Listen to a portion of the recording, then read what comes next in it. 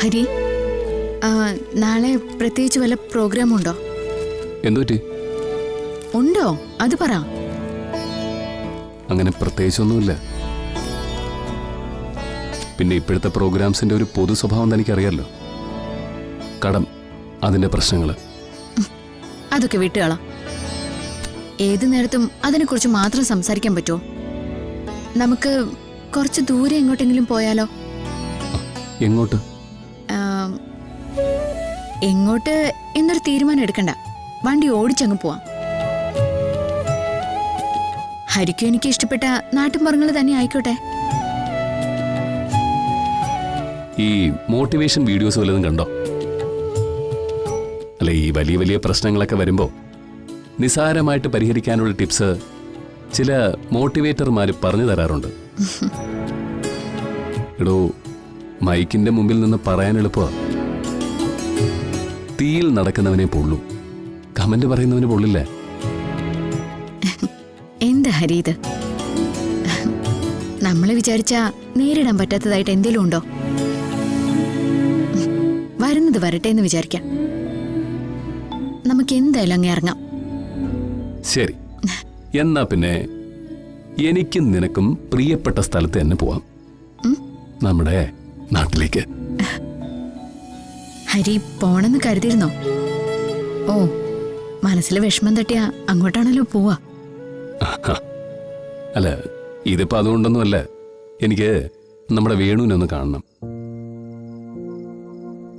നടക്കുമെന്നറിയില്ല. അവനോടൊരു സഹായം ചോദിക്കാനായിരുന്നു. അവർക്കൊക്കെ എന്നെക്കുറിച്ചുള്ള പ്രതീക്ഷ ആകാശത്തോളമായിരുന്നു. അത് തകർന്നതും അവർക്കൊക്കെ അറിയാം. ധൈര്യമായിട്ട് ചെന്ന് നിൽക്കാൻ എനിക്ക് അങ്ങനെ കുറച്ച് പേരേ ഉള്ളൂ. കുറച്ചു മുമ്പ് എന്നോട് ചോദിച്ചില്ലേ മോട്ടിവേഷൻ വീഡിയോസ് വല്ലതും കണ്ടോ എന്ന്? സത്യത്തിൽ ഞാൻ കണ്ടിട്ടുള്ള ഏറ്റവും വലിയ മോട്ടിവേഷൻ ഹരിയും ഹരിയുടെ ലൈഫോ. നമ്മൾ നാളെ പോന്നു, കുറച്ചു നേരമെങ്കിൽ കുറച്ചു നേരം. ഇത്തരം കാര്യങ്ങളൊക്കെ വിട്ട് ഒരു ചെറിയ നല്ല യാത്ര എന്താ? അതെ, ദാരിദ്ര്യവാസികളുടെ ഹണിമൂൺ അല്ലേ?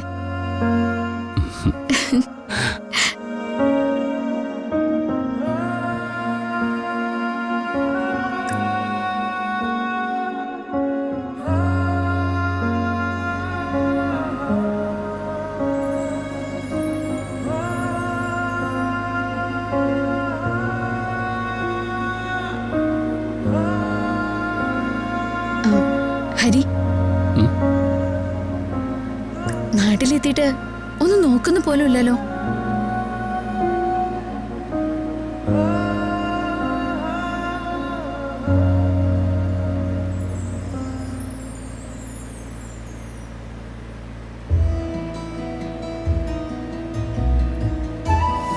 മധുര നൊമ്പരക്കാറ്റ്